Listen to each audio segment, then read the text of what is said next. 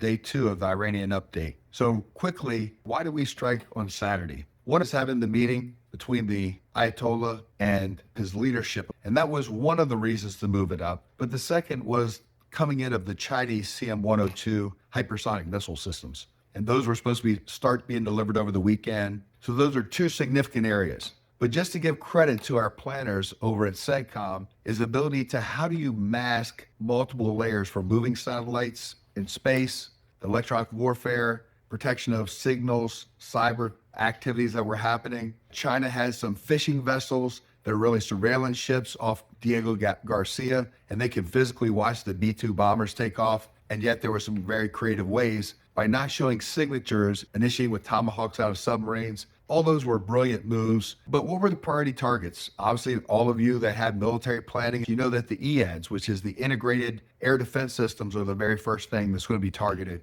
And as long as we have stealth capability and the Tomahawks, we want to degrade that first so that we can start bringing in the F-15Es and the F-18s and the F-16s to now get in the fight, the Generation 4 model and Generation 5 model aircraft. This will greatly enhance our capabilities. And that leads me to why we have to continue a certain level of targets. We hit about 900 targets yesterday. We have to continue those levels before we can help ground type operations. And that is for the Iranian people to help take their government back. And if there's any military problem that calls for them, the IRGC, the Shia militia, the besieged forces, if any of those are participating, we can come in there and act. But we have to take care of these other targets so we get total air supremacy to bring these other aircraft in, hit additional targets so we can do that. Another priority target was in the water. We destroyed 9 Iranian ships, which were key because remember, 20% of the world's oil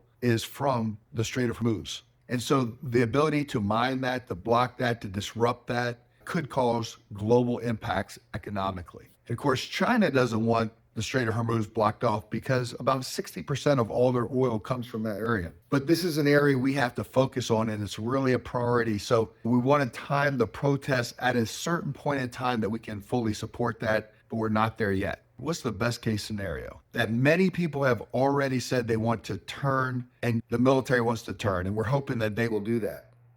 So as day 2 winds up, more key leaders were taken out, their command and controls disrupted, the integrated air defense are more degraded, the ships are starting to be taken down. Unfortunately, we did lose 3 American lives and 5 injured today. There is a cost to freedom, and hopefully soon we will have the breakthrough that we want.